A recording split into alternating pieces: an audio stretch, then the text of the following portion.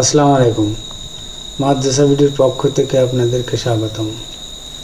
এই ভিডিওতে দেখবেন কিভাবে একেবারে সাধারণভাবে একটা ছবি তৈরি করা যায়। সিম্পলি মোবাইল দিয়ে একটা ছবি তুলে সেই ছবিটা কিভাবে একটা প্রফেশনাল মানের ছবি হয়ে যাবে। বিশেষ করে রেজিস্ট্রেশনের জন্য যেসব ছবি তৈরি করা প্রয়োজন হয়, এই ছবিগুলো অনেক সময় অ্যাভেলেবেল থাকে না। তারপরে ছবি ফটোশপে নিয়ে কাজ করা, সেটাও অনেক ঝামেলা, সবার দ্বারা সম্ভব না। তো এই ভিডিওতে আমি একটু দেখানোর চেষ্টা করব যে কিভাবে অতি সহজে একটা ছবি উপযুক্ত হিসাবে তৈরি করা যায়। তো সবার আগে একটা রিকোয়েস্ট, আমার চ্যানেলটা যারা সাবস্ক্রাইব করেননি এখনও, প্লিজ সাবস্ক্রাইব করে রাখেন।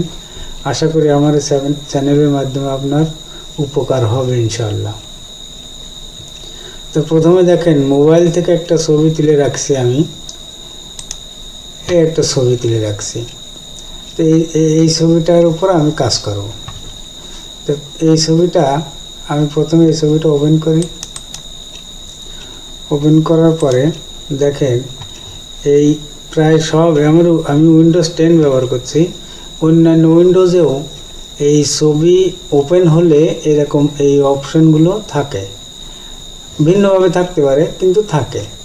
তো আমি এডিট অপশনে ক্লিক করব। এডিট অপশনে ক্লিক করার পরে দেখেন এই ছবিটা একটা বাউন্ডারি হয়ে গেছে। তো এই ছবিটাকে আমরা ঠিকমতো সাইজ করে নেব। আনুমানিক একটা রেশিও ধরে আমরা সাইজ করে নেব। ফটোশপে গেলে নির্দিষ্ট সাইজ করা যায় এবং তদনুযায়ী কাজও করা যায়, কিন্তু এখানে আপনি নির্দিষ্ট সাইজ করতে পারবেন না। তবে আনুমানিক একটা রেশিও যদি আপনি রাখেন তাও আপনার চলবে। এভাবে আমিও করে থাকি। এই হওয়ার পরে দেখেন এখানে সেভ অপশন আছে। সেভ অপশন এখানে ক্লিক করে এখানে সেভ করব, শুধু সেভ করব। সেভে কপি হলে আর একটা কপি তৈরি হয়ে যাবে। তো আমার আর একটা কপি তো দরকার না, এইটাই থাক, যেখানে আছে ওখানে থাকবে। শুধু আগের মতো না থাকে, এখন যেরকম কাটলাম এরকম হয়ে থাকবে।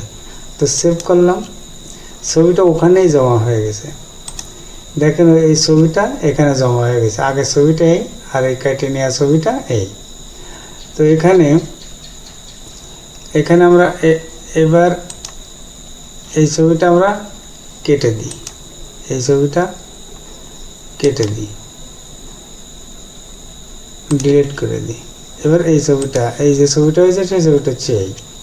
এই ছবিটা দেখেন ব্যাকগ্রাউন্ডে তো ওই অন্য দৃশ্য রয়েছে, যেটা মোটেও কাম্য নয়। তো এটা পরিবর্তন করার জন্য আমরা কি করব, চলে যাব বিজি রিমুভার।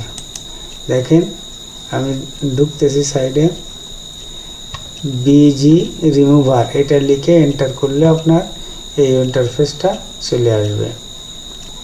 দেখেন চলে আসছে। এই ইন্টারফেসটা যখনই চলে আসবে, এটা আপনার দেখে রাখে। এখানে দেখেন, এটা একটু জুম করে দেখে নেবেন। এই অ্যাড্রেসটা লিখবেন, শুধু এতটুকু লিখলেই হবে, শুধু এতটুকু লিখলেই হবে। এই ইন্টারফেসটা এইটা লিখে করলে, সার্চ করলে আপনি এখানে আসবেন। এবার কি করবেন, এখানে আপলোড ইমেজ, আপলোডে ক্লিক করলাম।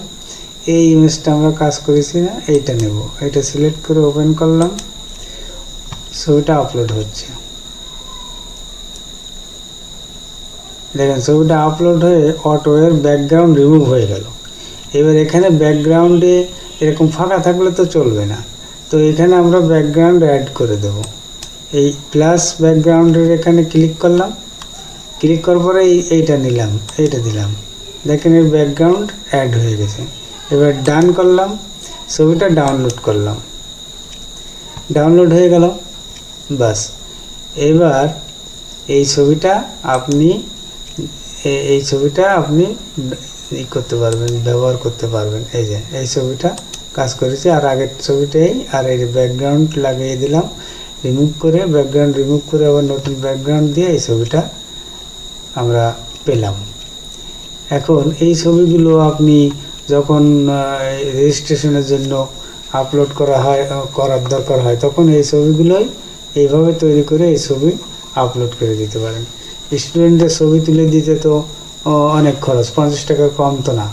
তা আপনি যদি নিজে এই কাজটা করে দেন, তা ওদের কাছ থেকে কিছু পারিশ্রমিক নেওয়া যায়। তো এইভাবে ছবি তৈরি করা খুব সহজ, খুব সহজ একটা টিপস কিন্তু এটা অ্যাপ্লাই করে ছবি তৈরি করা যায়। তো আশা করি নতুনদের জন্য উপকার হবে ভিডিওটা। ধন্যবাদ সকলকে। আসসালামু আলাইকুম।